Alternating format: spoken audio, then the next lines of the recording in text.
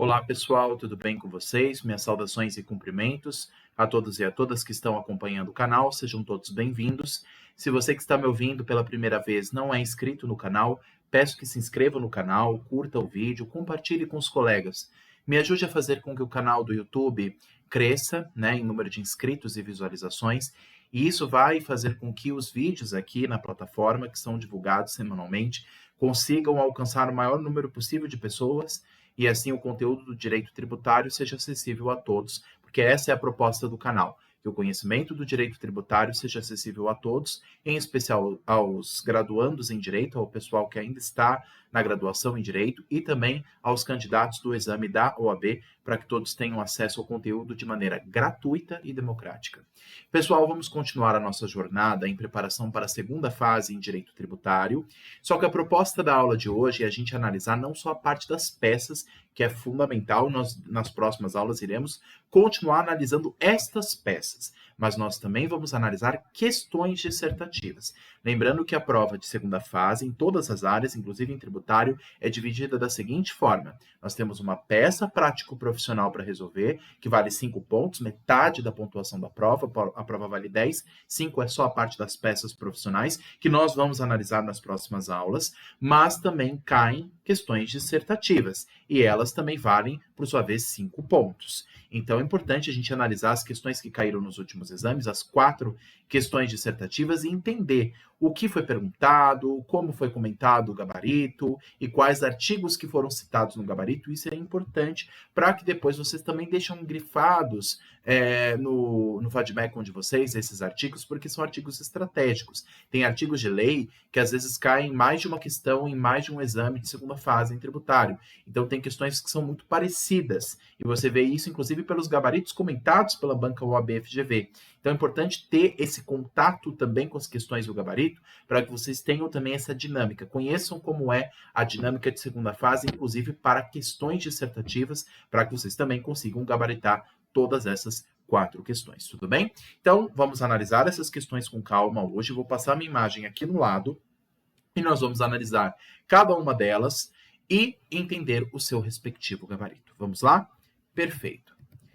Então, ampliando aqui o slide de apresentação, pessoal, hoje, como eu havia comentado com vocês, nós, na aula de hoje, vamos fazer análise de exercícios e gabarito oficial de questões de segunda fase, e hoje eu escolhi o 38º exame. Professor, a gente já não teve uma aula sobre o 38º exame? Pois é, naquela aula que nós já tivemos, nós analisamos a peça profissional, mas nós não analisamos as questões dissertativas que caíram também neste mesmo exame. E eu gosto de analisar separado, pessoal.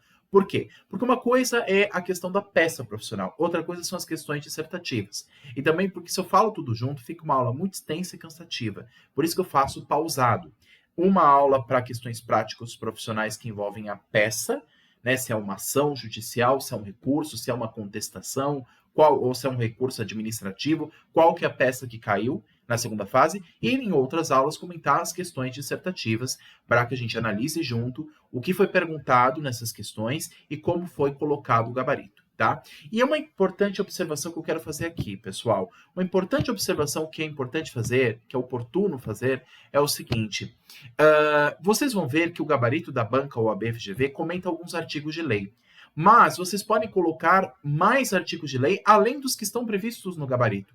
Vocês não perdem pontuação na segunda fase por colocarem artigos de lei que estão além dos previstos no gabarito. Vocês só perdem pontuação se vocês não colocarem aquilo que foi previsto no gabarito para a pontuação. Então, quanto mais fundamentação vocês colocarem, melhor vai ser para vocês, porque aí mostra conhecimento. É claro que vocês não vão colocar artigos simplesmente por colocar. Vocês têm que ter uma certa assertividade para colocar o artigo correto. Mas quanto mais vocês rechearem de fundamentação, melhor e mais completa será a sua questão e mais pontos você tende a ganhar numa questão. E numa segunda fase, cada ponto somado é muito valioso. Tudo bem? Lembrando que nessa prova de segunda fase, dos 10 pontos, você precisa acertar pelo menos 6, a média mínima 6, para vocês conseguirem passar da segunda fase e assim obter a tão sonhada aprovação para a OAB e a possibilidade de exercer a advocacia. Então vamos lá, então, pessoal, analisar as questões? Vamos começar, então, com a questão de número 1, que caiu no 38º exame de ordem em 2023. Muito bem. Eu vou ler com vocês a questão, embora a minha imagem ela está tapando aqui, e às vezes eu vou ter que tirar a minha imagem para que a gente consiga ler a questão inteira. Mais importante do que eu aparecer aqui, pessoal, mais importante é vocês entenderem a questão, a gente analisar junto e entender o gabarito.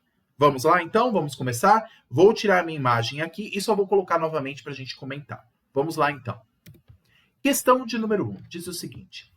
Matias, proprietário de imóvel rural de grande extensão, situado no município Alfa, recebeu em seu imóvel rural a visita de fiscais tributários do município Alfa, devidamente identificados funcionalmente.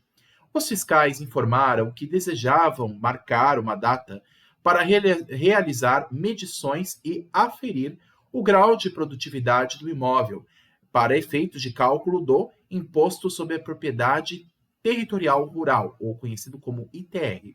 Ciente de que o ITR é um tributo de competência federal, Matias, estranhando o fato de os fiscais serem municipais, começou a desacatar as autoridades públicas, que se decidiram por convocar auxílio de força policial.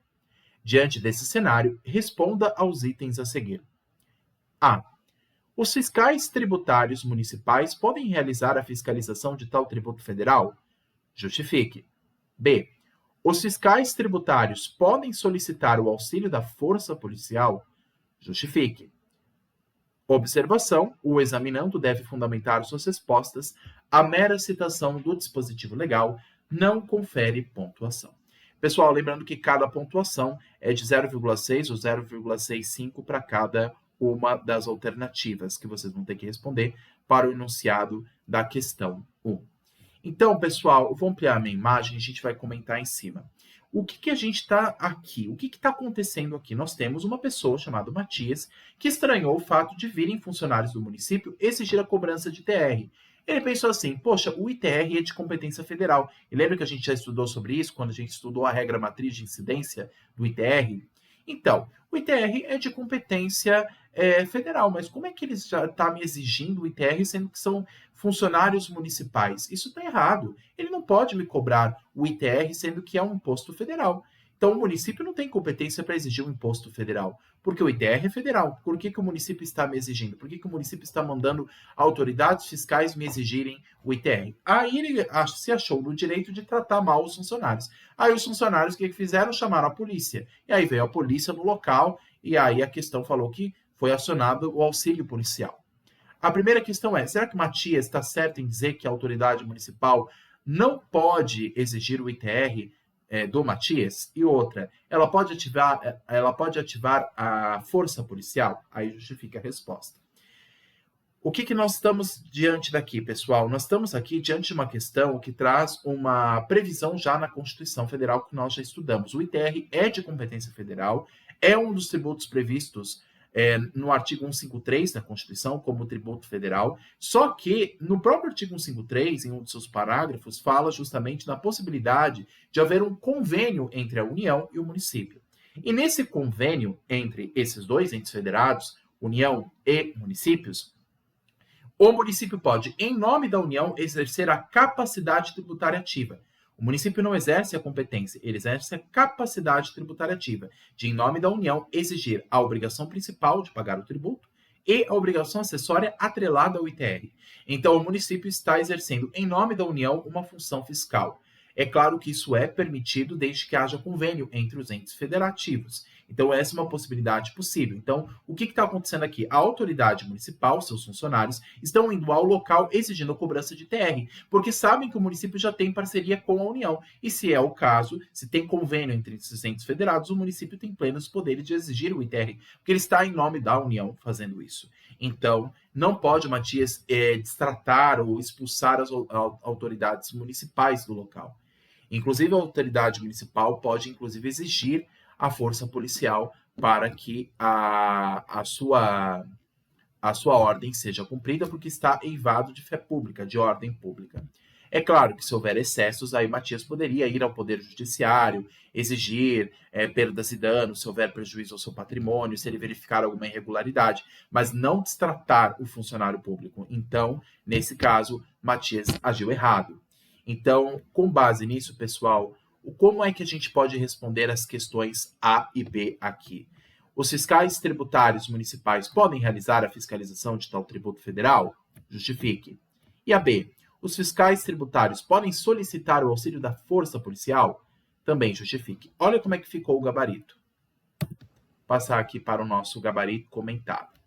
Eu vou começar com o gabarito A, porque acredito que a minha imagem não tampa essa parte do gabarito A, e quando a gente lê o gabarito P, eu tiro minha imagem e a gente lê também. Vamos lá. O gabarito A diz o seguinte: sim, apesar de ser tributo federal, o ITR poderá ser fiscalizado e cobrado pelos municípios que assim optarem, na forma da lei, desde que não implique em redução do imposto ou qualquer outra forma de renúncia fiscal, segundo o artigo 153, parágrafo 4º, inciso 3 da Constituição, ou artigo 199 do CTN, e também poderia ser citado o artigo 1º caput da Lei de TR 11.250 de 2005.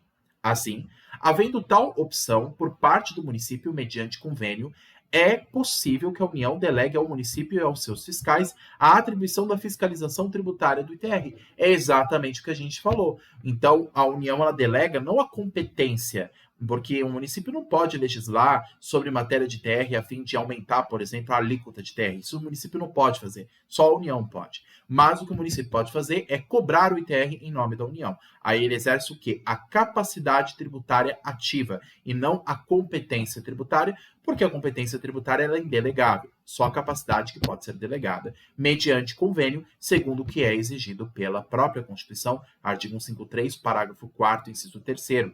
Sugiro que vocês grifem. Eu até fiz questão de grifar aqui em azul, pessoal, o gabarito, porque é importante vocês terem esse artigo em mãos, esses artigos em mãos. E, pessoal, já vai uma dica aqui, nós vamos analisar outras questões de outros exames, mas vocês vão ver que na segunda fase sempre tem alguma questão que pergunta sobre TR. E TR, gente, é uma das matérias que a segunda fase adora perguntar. Em vários exames de segunda fase, se não me engano, nos 4 últimos exames, 3 ou 4 últimos exames da OAB em segunda fase em tributário, teve alguma coisa perguntando sobre TR. E TR é uma matéria que a OAB adora perguntar, porque gera muita confusão nos candidatos, que ficam pensando, ITR é federal, então só a União pode cobrar. E não é bem assim, tá? Então, eu sugiro que vocês releiam também esses artigos que foram citados no gabarito. Agora vamos ver aqui a questão B, o gabarito da alternativa B. Olha o que diz aqui. A resposta da B é sim. As autoridades administrativas federais poderão requisitar o auxílio da Força Pública Federal, estadual ou municipal e reciprocamente quando vítimas de embaraço ou desacato no exercício de suas funções, nos termos do artigo 200 do CTN. Assim, os fiscais municipais, tendo sido desacatados quando no legítimo exercício de sua função, poderiam também convocar força pública de segurança. Né? Agora, cuidado, pessoal, essa força pública aqui não tem nada a ver com o poder de polícia. O poder de polícia que o CTN fala é para a fiscalização das taxas, tá? Que é a fiscalização administrativa, não tem nada a ver com polícia judicial. Aqui ele está falando de polícia judicial, ou seja, a polícia que prende, que leva para a cadeia. Essa é a polícia judicial, não administrativa. Aqui as autoridades administrativas, elas solicitam a autoridade pública, a segurança pública judicial, para que aí sim a força pública possa efetuar uma prisão, se houver alguma agressão, ou poder lavrar o auto de infração, aí eles acionam a autoridade pública municipal, estadual ou até federal, já que o ITR é de competência federal, pode acionar até mesmo a Polícia Federal para investigar o caso, tudo bem? Então, a questão, os gabaritos é sim para a questão A e a questão B, e eu sugiro que vocês releiam novamente também o artigo 153, parágrafo 4º, inciso 3 da Constituição e o artigo 200 do Código Tributário Nacional, citado aqui nesses respectivos gabaritos. Tudo bem? Então é isso, pessoal. Esses são os gabaritos oficiais do exame. É claro que vocês podem citar mais alternativas e mais fundamentações nessas questões. Isso é só um norte de um gabarito comentado pela banca FGV. É claro que, por ser uma questão dissertativa, podem haver pontuações a mais, quanto mais fundamentação vocês colocarem, tá? E a sugestão é que vocês coloquem mais fundamentação do que já está previsto no gabarito. Mas o mínimo é o que está exigido aqui. Tudo bem? Vamos lá. Questão de número 2. A questão 2 diz para nós o seguinte. Eu vou tirar a minha imagem aqui A gente vai ler a questão e depois comentar sobre. Vamos lá. A Sociedade Empresária ABCD Limitada, por um lapso de seu departamento financeiro, deixou de declarar e pagar certo imposto estadual devido referente ao mês de junho de 2022, cujo prazo de vencimento se daria no dia 31 de julho de 2022. 3 meses depois do vencimento, a gerência foi alertada do atraso e determinou a imediata declaração e pagamento, pois pretendia participar de uma concorrência pública e necessitaria de uma certidão fiscal negativa. Assim, foi feita a declaração à respectiva administração tributária, juntamente com o pagamento integral e atualizado do valor devido, antes de qualquer procedimento administrativo ou medida de fiscalização relacionados com o débito, acrescidos de juros de mora, todos previstos em lei que regulava aquele imposto. Não houve, contudo, recolhimento de multa sancionatória da infração ocorrida, também prevista em lei. Tudo por orientação do próprio Departamento Jurídico, entendendo-se enquadrar na regra legal do Código Tributário Nacional referente ao pagamento espontâneo em atraso. Sobre o caso apresentado, responda aos itens a seguir. Houve quitação integral do montante tributário devido pela sociedade empresária? Justifique. B. Nestas circunstâncias, a sociedade empresária faz jus à certidão negativa que comprove a quitação do tributo? Justifique. Lembra que a gente já comentou sobre certidão negativa ou certidão positiva com efeito de negativa? Para que serve isso? Quando uma empresa, por exemplo, quer participar de um processo de licitação, vocês que estudaram direito administrativo para a primeira fase, lembra do processo de licitação, que é um processo de contratação pública em que uma empresa privada, por exemplo, quer prestar para o Estado um serviço específico. Para isso, ela tem que participar de um certame chamado processo de licitação para a contratação dessas empresas. E ela, para participar do processo de licitação, um dos requisitos que ela tem que apresentar como documento é, por exemplo, a sua certidão negativa de débitos, ou seja, dizendo que ela não possui débitos, não possui dívidas com o fisco, com o ente estatal. Se ela não possui dívidas com o ente estatal, ela deve comprovar isso por meio de uma certidão negativa. Agora, se ela tem uma suposta dívida com o Estado e ela está questionando essa única dívida que ela tem por meio da via judicial, por meio de uma ação anulatória, por exemplo, ela pode solicitar à autoridade administrativa a emissão de uma certidão positiva com efeitos de negativa. Por que ela tem esse nome? Certidão positiva está positivo porque mostra que existe um débito que está devendo ao Estado, mas com efeitos de negativa, ou seja, ela tem efeito de que como se não tivesse nada constando. Por quê? Porque ela só possui aquela dívida e ela está questionando na esfera judicial. Ela está agindo de boa fé e ela está agindo conforme o prazo, inclusive, estabelecido em lei. Então, por isso, ela pede para que o Estado emita essa certidão e assim ela possa utilizar para participar de um certame público num processo de contratação, numa licitação pública. Então, é o que está acontecendo com essa sociedade empresária ABC Limitada, que está solicitando à administração tributária a emissão dessa certidão para que ela possa participar desse certame de licitação e, assim, ela consiga não ter prejuízos com relação a isso. Só que aí vem a questão B, como a gente acabou de ver, e diz o seguinte: nessas circunstâncias, a sociedade empresária faz jus, ou seja, ela tem direito a pedir essa certidão negativa que comprove a quitação do tributo? E será que houve quitação integral do montante tributário devido pela sociedade empresária? Será que, nesse caso, ela quitou totalmente? Porque ela fala aqui no meio da questão. Assim, foi feita a declaração à respectiva administração tributária, juntamente com o pagamento integral e atualizado do valor devido, antes de qualquer procedimento administrativo ou medida de fiscalização relacionada com o débito acrescido de juros de mora, todos previstos em lei que regulava aquele imposto. Então, qual que é uma das formas de você extinguir uma obrigação tributária? A mais fácil delas é o pagamento. O pagamento integral do tributo extingue com a obrigação tributária principal. Uma das formas de você extinguir com a obrigação tributária é o pagamento integral do valor. E você pode fazer isso mesmo que depois você questione na esfera judicial o valor que você depositou, mas o pagamento integral é a garantia da extinção do crédito. Então, com base nesses comentários e com base nas questões que nós analisamos aqui, a A e a B, Quais são as respostas corretas para cada uma delas? Vamos analisar o gabarito oficial. A questão A tem como resposta sim. Houve quitação integral do montante tributário devido pela empresa por meio da denúncia espontânea, por haver o pagamento do tributo devido e dos juros de mora antes de qualquer procedimento administrativo, ou seja, antes que o fisco fizesse alguma coisa, ou medida de fiscalização relacionados com a infração, com base no artigo 138 do CTN. E a B, será que ele poderia solicitar a certidão negativa?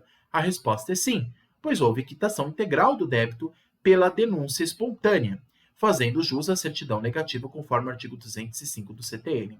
A denúncia espontânea, inclusive, pessoal, é basicamente como é no direito penal. Você faz uma denúncia dizendo, olha, eu cometi aquele crime, aquela infração. Antes que o poder público faça alguma coisa, você espontaneamente vai ao poder público e diz, eu cometi essa infração, mas eu estou confessando e quero o benefício disso. E na esfera tributária é praticamente a mesma coisa. Eu apresento uma denúncia espontânea. Eu vou à Receita Federal, por exemplo, e falo, olha, eu estou devendo essa dívida. Então, eu quero quitar essa dívida e quero fazer jus do meu direito. Então, aí, um dos benefícios da denúncia espontânea é que, fazendo o pagamento integral da dívida sem que nenhum procedimento administrativo seja feito, você faz o pagamento integral com os juros da mora, ou seja, os juros pela demora do pagamento, acerta todo o valor e também fica quitado de multas ou de qualquer outra penalidade. Então, aí você é beneficiado pela denúncia espontânea e é livrado de qualquer tipo de infração tributária. Então, o nosso gabarito oficial é sim para as duas alternativas. E ele destacou, na questão A, como fundamentação o artigo 138 do CTN, e na questão B, o artigo 205 também do Código Tributário Nacional. Também recomendo que vocês grifem esses artigos, porque é muito importante, pessoal. É muito importante a leitura desses artigos de lei para que vocês tenham como fundamentação das suas questões, tá bom? E para vocês, porque pode também cair em questões posteriores na prova, é importante que vocês analisem. Tudo bem? Vamos lá. Continuando a nossa análise de questões, já analisamos aqui o gabarito comentado da questão 2. Vamos lá para a questão de número 3. Muito bem. Vamos agora para a questão de número 3. Eu vou ler o enunciado aqui em cima. Por enquanto, eu deixo a minha imagem, depois eu tiro ela. Vamos lá. A sociedade empresária Faz Tudo Limitada é executada em 2022 pelo município Alfa por dívida de Imposto sobre Serviço, ISS, referente ao ano de 2021. Não tendo apresentado defesa e não sendo localizado bens a serem penhorados e nem encontrados os respectivos sócio-administradores, a ação de execução fiscal foi redirecionada em face do único sócio cotista minoritário, Joaquim da Silva. 3 meses após a intimação de sua inclusão no polo passivo, Joaquim contrata você, que está me ouvindo, ou como advogado ou advogada, para defendê-lo e informar que nunca exerceu ou participou da administração Faz Tudo Limitada, sendo mero cotista desde a constituição da sociedade, conforme cópia do contrato social que lhe entrega e que não dispõe do recurso financiado para a quitação da dívida e nem para garantir o juízo. Diante desse cenário, responda aos itens a seguir. Então, diante disso que nós analisamos no enunciado, vem as respectivas questões. Questão A. Indique a peça processual cabível nos autos desta ação de execução fiscal para defender os interesses do executado. Justifique. Que fundamento jurídico será possível apresentar para defender o executado? Justifique. Pessoal, olha que questão interessante, questão que envolve a Lei de Execuções Fiscais, hein? Lei 6.830 de 80. Eu sempre falo uma coisa, pessoal, em segunda fase. Ou eles perguntam alguma coisa como peça processual para a segunda fase, como já caiu, já foi pedido exceção de pré-executividade, como nós já analisamos, a estrutura dessa exceção de pré-executividade, que a gente já analisou aqui no canal, e também já foi pedido uma vez embargos de execução fiscal. São 2 meios de defesa na execução fiscal. E se não cai isso como peça profissional, é caído alguma coisa, se pergunta alguma coisa nas questões discursivas de segunda fase. E é exatamente isso que foi perguntado na questão 3. Então, pessoal, tomem muito cuidado com a matéria de execução fiscal. Ou se pergunta como peça processual, ou como questão de segunda fase vai ter alguma coisa perguntando sobre isso. Aí ele pergunta qual é a peça judicial cabível para esse caso. Nós só temos 2 meios de defesa na fase de execução fiscal para o executado. Ou é um embargo à execução fiscal, ou é uma exceção de pré-executividade. E lembra que nós já analisamos sobre isso. Para eu propor uma exceção de pré-executividade, ou melhor, desculpa, os embargos à execução fiscal, para propor os embargos à execução fiscal, um dos requisitos de admissibilidade é o depósito integral do montante devido. Então, você deposita um valor na conta do poder público. E segundo, posso propor dilação probatória, eu posso produzir prova nos autos do processo. Agora, a exceção de pré-executividade é quando não demanda dilação probatória. Junta-se uma prova que já é pré-constituída aos autos do processo e não se exige depósito prévio.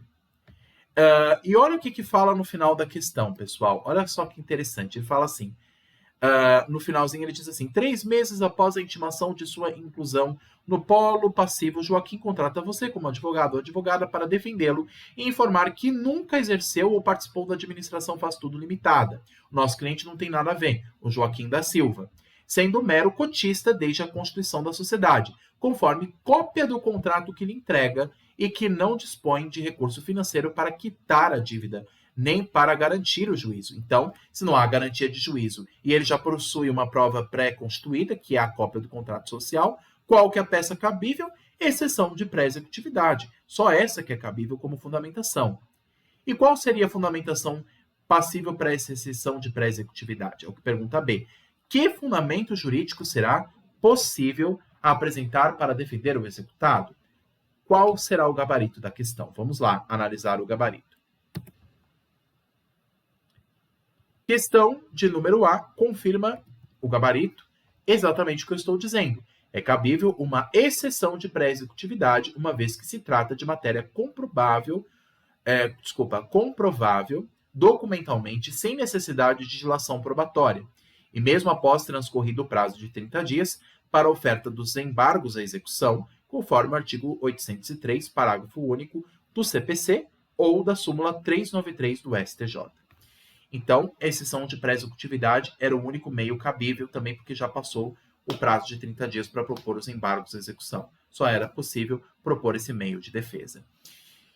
E, como falei, não há necessidade de dilação probatória e nem de depósito prévio. Só é possível esse meio de defesa, à exceção de pré-executividade. Aí, a questão B diz o seguinte no seu gabarito. O mero sócio cotista minoritário, não sendo diretor, gerente ou representante da sociedade empresária, não tem como responder pessoalmente pelos créditos tributários justamente por faltar-lhe esse poder de decisão ou de representação da sociedade, conforme o artigo 135, inciso 3 do CTN. Então é interessante, pessoal, porque a participação societária é levada em consideração na responsabilidade tributária. Então, uma sociedade, quando ela é dissolvida, quando há a dissolução de uma sociedade, quando se cobra uma dívida dessa sociedade que foi dissolvida, o sócio minoritário não responde, porque ele tem a menor quantidade das ações. Não é ele que tomava a decisão da sociedade. Então, não há uma responsabilidade solidária nesse caso. Ele não responde em conjunto com os demais de maneira igual. Existe uma diferença, existe um grau de diferença entre os sócios. Então, o sócio minoritário não vai responder em nome dos demais por toda a dívida. Então, nesse caso, por isso que ela disse que o mero sócio, o gabarito diz que o mero sócio cotista minoritário, não sendo diretor, não tem como responder pessoalmente pelos créditos, inclusive sobre os seus bens pessoais, apenas sobre a sua cota que ele tinha naquela sociedade, no limite da sua cota. Ele não pode responder sobre os seus bens pessoais em relação à dívida da empresa, conforme diz o artigo 135, inciso 3 do Código Tributário Nacional. Tudo bem? E aqui, como de costume, grifei os artigos de fundamentação no CPC, na súmula do STJ e do CTN, que vale a pena vocês relerem, porque é importante vocês verem essa fundamentação do gabarito para fundamentar as questões de vocês para os próximos exames. Tudo bem? Vamos lá, então, continuar a nossa análise. Ok. Questão de número 4, para a gente finalizar a nossa análise de questões aqui. Uma questão que pergunta sobre competência legislativa, hein? É um tema que é muito importante e que também pode cair em prova novamente, tá? Por isso que eu considero importante essa dinâmica, pessoal. Vejam questões. Quanto mais questões vocês verem, vocês vão entender melhor como é que é a dinâmica de segunda fase. Vamos lá, então, ler a nossa questão 4. A Lei Complementar Federal de caráter nacional instituiu um novo tratamento diferenciado e favorecido para as microempresas do país para todo o ano de 2022, reduzindo de 4% para 3% a alíquota mínima atualmente estabelecida para as empresas de comércio em geral, que faturam até R$ 180 mil por ano.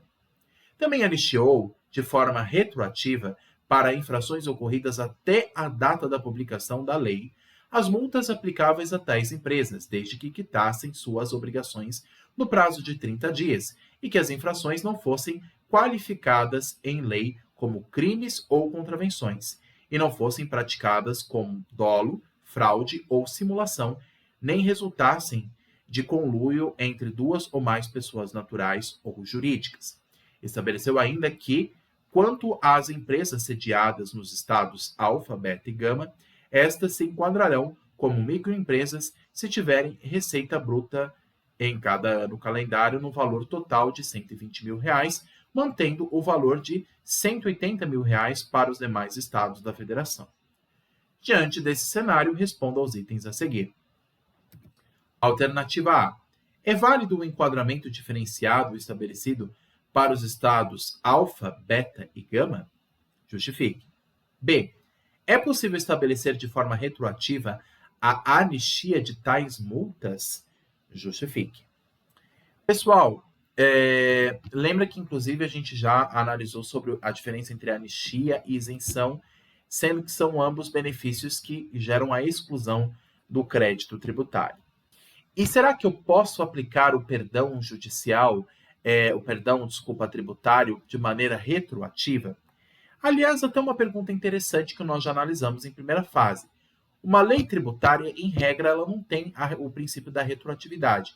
O princípio que se aplica como regra geral para o direito tributário é o princípio da irretroatividade, ou seja, uma lei nova só tem efeitos para frente, não para trás, em regra. Uma lei nova, principalmente quando estabelece o aumento de um tributo, o aumento de uma alíquota, que não é o caso aqui, mas quando se aumenta uma alíquota, ela só pode valer daqui para frente, ela não pode retroagir, porque isso é inconstitucional.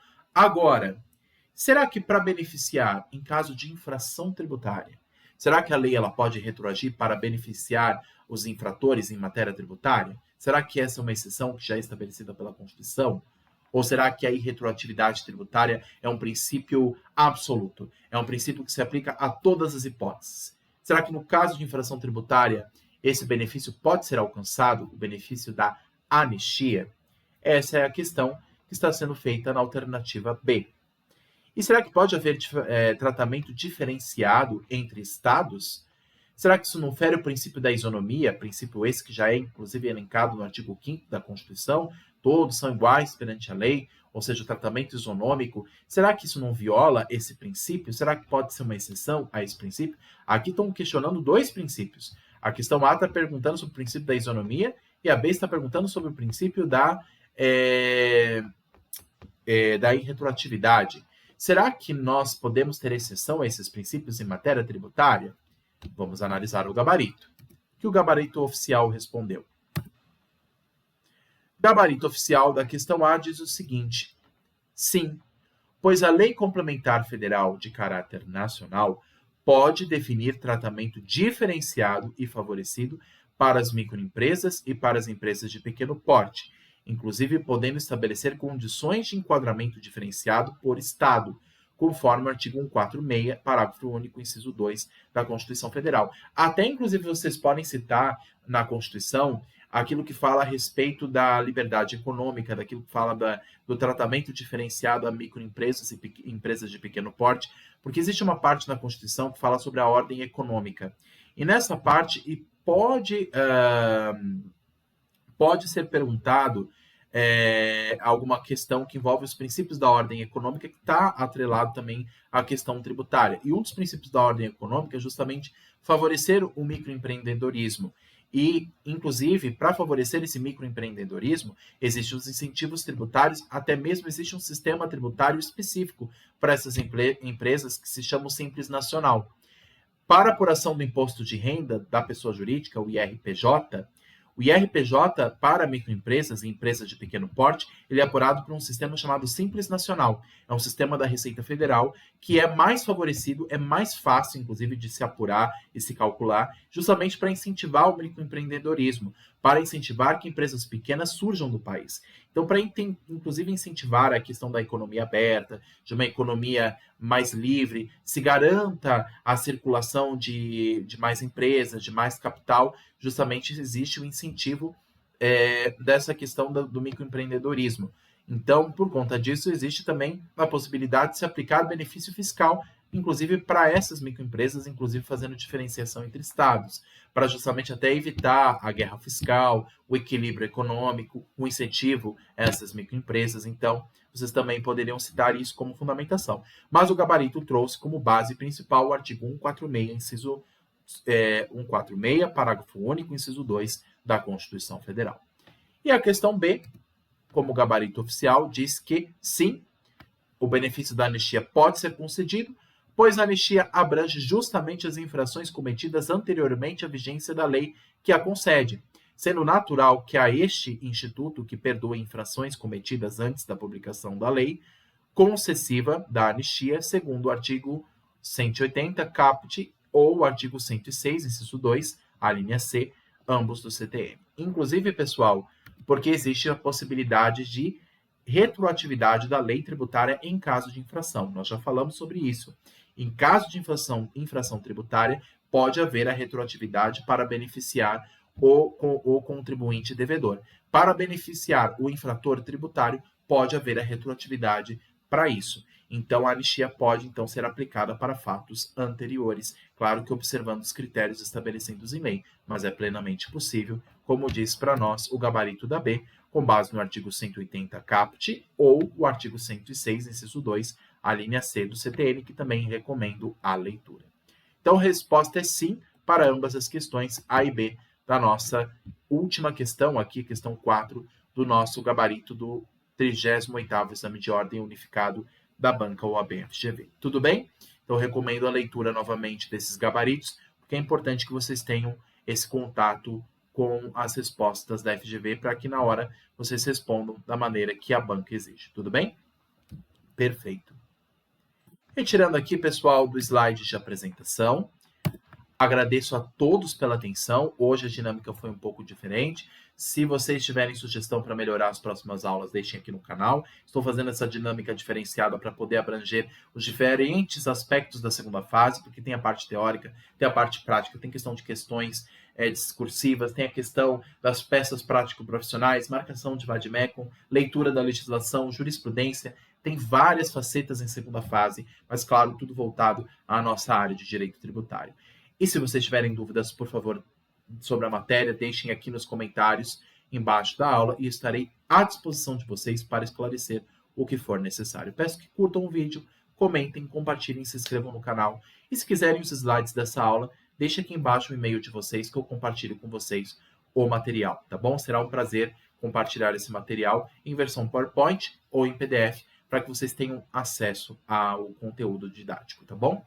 E é isso, pessoal. Vou tirar aqui dos slides de apresentação, ampliar a minha imagem. E é isso. Agradeço a todos pela atenção e, como professor, estou à disposição de vocês para o que for necessário. Um abraço, bons estudos e até a próxima. Tchau, tchau.